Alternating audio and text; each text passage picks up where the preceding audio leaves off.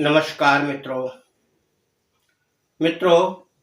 जीवन में धन अगर ना हो तो व्यक्ति अनेक परेशानियों में पड़ जाता है और जो बातें उसने कभी नहीं सुनी हो वह धन की समस्या से जूझने पर सुनना पड़ती हैं। मित्रों, ये एक ऐसी जीवन की महत्वपूर्ण आवश्यकता है जो कभी न कभी व्यक्ति को नीचा भी दिखा देती है और अपने घर परिवार में मुसीबतों का सामना तो करना पड़ता ही है, परंतु इसके बाद दूसरे की कुछ ऐसी बातें भी सुनना पड़ती हैं जो उसे पसंद नहीं है। मित्रों, आज हम आपको उसी के विषय में कुछ ऐसा तांत्रिक उपाय बताएंगे जो आपके लिए धन मुहैया कराएगा और आपके पास कहीं न कहीं से थोड़ा बहुत धन आता भी रहेगा और धन का खर्चा भी कम होगा। जय गुरुदेव। मित्रों, आदमी जो भी करे अपनी विचारधारा सही समझकर करे, किसी दूसरे का नुकसान न करते हुए अपने फायदे का कार्य करे। कुछ लोग ऐसा करते हैं कि दूसरे का नुकसान होना चाहिए, अपना फायदा हो या ना हो, परंतु आपको क्या करना है कि आप अपने फायदे के लिए यह उपयोग करें और अपना फायदा लें, यानी अपने धन का उपयोग करें और उसे प्राप्त करने की चेष्टा करें।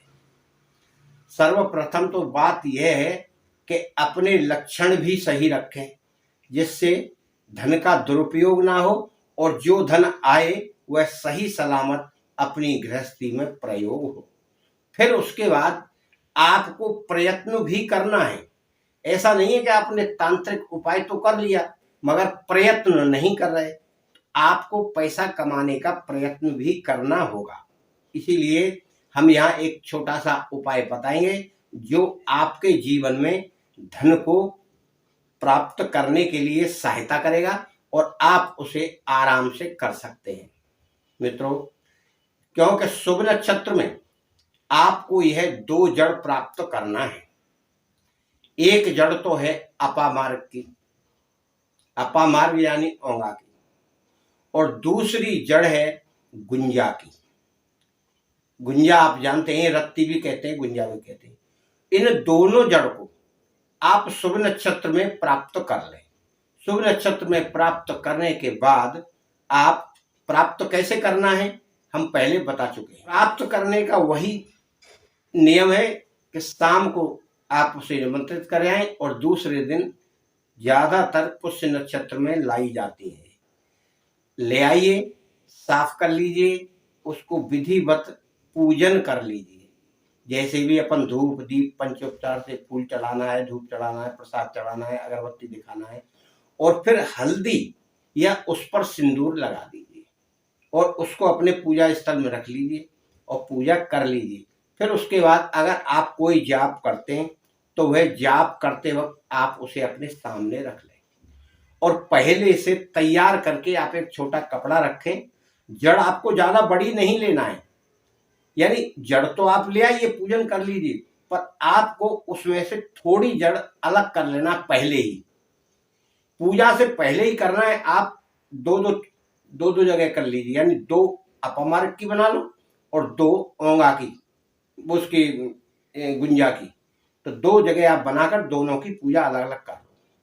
फिर क्या है कि एक जड़ छोटी रखिए आप और एक जड़ बड़ी रखिए। दोनों पौधों की जड़ यानी एक छोटी और एक बड़ी इस तरह की आपको रखना है कि जो आप कहीं भी जाएं तो एक जड़ अपनी जेब में आराम से रख सके, वरना आप कहीं जाएंगे तो उसको रखने में दिक्कत ना हो।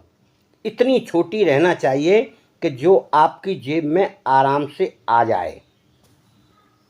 अगर आप जीवन में कुछ करना चाहते हैं और इस तरह पैसा कमाना चाहते हैं 2000 से 5000, तो आप हमारे इस नंबर पर डायरेक्ट मैसेज करें और डेली आप इसमें कमाई कर सकते हैं। आपके लिए यह एक इंडिकेशन दिया जा रहा है। इस तरह आपकी मनी बढ़ेगी और आपको रोजाना लाखों में इनकम हो सकती है। आप प्रयासरत रहें, आप फायदा लें।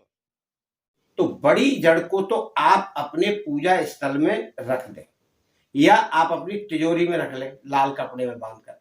और जो छोटी जड़ है 1 इंची हो 2 इंची हो, उस छोटी जड़ को सिंदूर इंदूर लगा के आप जब जाप करें तब सामने रख लें और उसके बाद किसी लाल कपड़े में उन दोनों जड़ों को एक 10 रुपए का सिक्का उसके साथ रखें और बांध लें। ज्यादा बड़ा नहीं, छोटा गांठ बना लें जो आपकी जेब में आसानी से आ जाए। अब इन दोनों को यह सारा कार्य आपको गुप्त तरीके से विश्वास रख के करना है। गुप्त तरीके से कर लें और अपनी माताजी का, अपने गुरुदेव का और जो अपने इष्ट हैं उनका सबका नाम लेते हुए प्रार्थना करें कि यह मैं धन संबंधी कार्य के लिए प्रयोग कर रहा हूं।